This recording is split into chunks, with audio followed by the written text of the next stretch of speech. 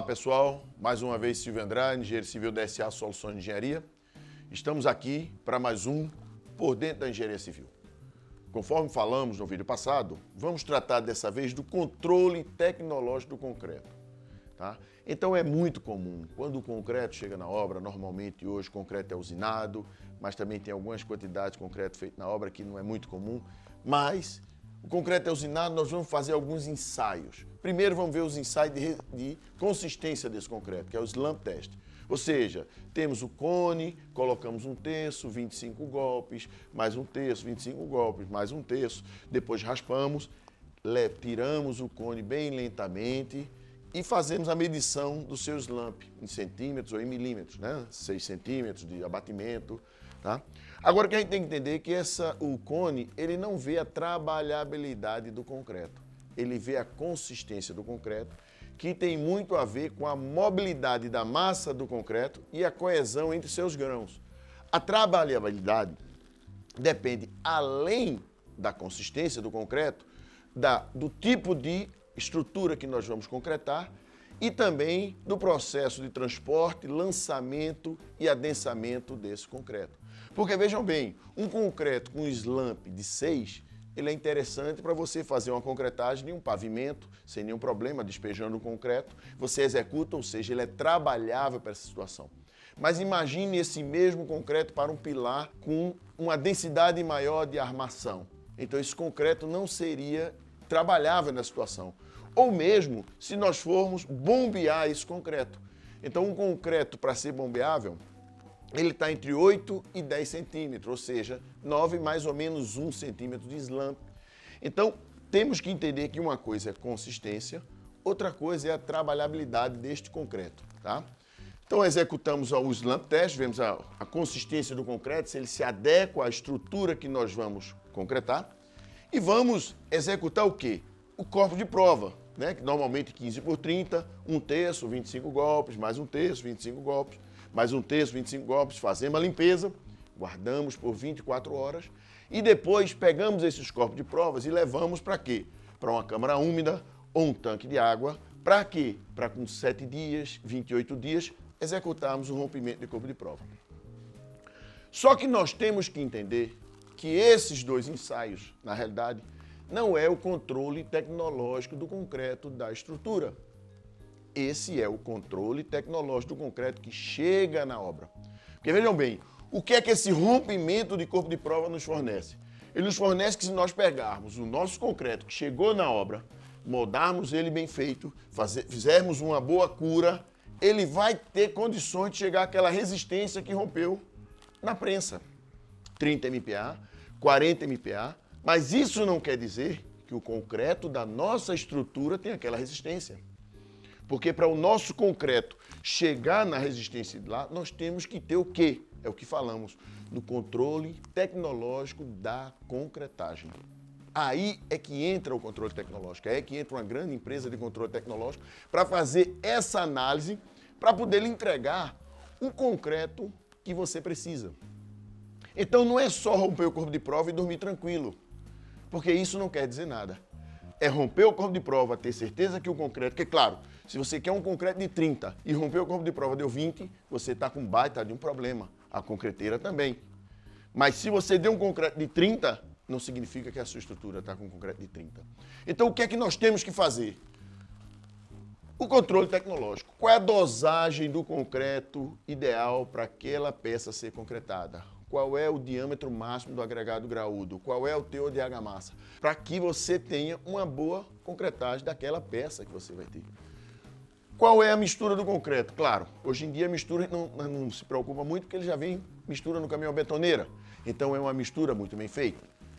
O transporte do concreto, também caminhão betoneira. A gente só tem que ter cuidado que se a gente levar um caminhão betoneiro e descarregar no carrinho, ele não pode andar mais do que 50 metros, que ele começa a desagregar, tá? Lançamento do concreto na forma. Mesma coisa, a gente normalmente é um concreto bombeado, a gente tem que ter cuidado, se você vai fazer mais de 2 metros, aí todos nós já sabemos, fazer um cachimbo para concretar, para não desagregar, tá? Então tudo isso nós vamos fazendo com quê? Com que o nosso concreto tenha a possibilidade de atingir o que a gente precisa. O adensamento, né? Você vai usar o vibrador, é um vibrador de imersão, é um vibrador, é uma régua vibratória. O vibrador não pode vibrar, como a gente vê muito aí, sendo puxado como um cachorrinho, desculpa a expressão. Ele é na vertical ou no máximo até 45 graus. Nós temos que colocar o vibrador em mais pontos, tirá-lo devagar para que ele dê oportunidade do concreto se fechar. E a cura. A cura, por quê? Lembremos dos vídeos anteriores, o calor de hidratação, para não perder essa água do concreto. Então nós precisamos de uma boa cura, ou uma cura química, ou uma cura com água, ou uma cura com geotexto úmido, mas não é uma cura de jogar uma água de manhã, uma aguinha de tarde e uma aguinha de noite, não é isso. Outra coisa, a hora da concretagem. Se o nosso concreto já tem um grande calor de hidratação, imagine se a gente vai concretar ao meio-dia, num sol, com muito vento. Pra você ter uma ideia, uma laje, se você pega uma laje de concreto, durante 24 horas não faz cura, ele tem possibilidade de perder até 33% da resistência do seu concreto. Só porque você passou 24 horas sem curar. Então veja como é importante esse controle tecnológico da obra, não só do concreto. Nós precisamos garantir que o concreto da obra chegue à resistência do concreto que foi rompido no laboratório. Tá? Então vejam, a cura, como estávamos falando, é um fator muito importante para o nosso concreto. Só para vocês terem uma ideia, vejam aqui, nós pegamos aqui o perímetro mínimo de cura, isso é uma tabela do Ibracon, com relação aos cimentos. Se nós tivermos um fator água-cimento 0,35, mínimo de 2 dias, tá? Isso é o que diz o Ibracon.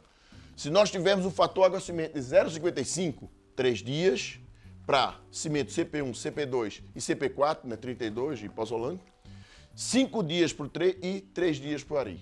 Então vocês vejam 0,75, 0,65, de 3 pula para 7 dias. Você mais que dobra a necessidade da cura de dias do seu concreto.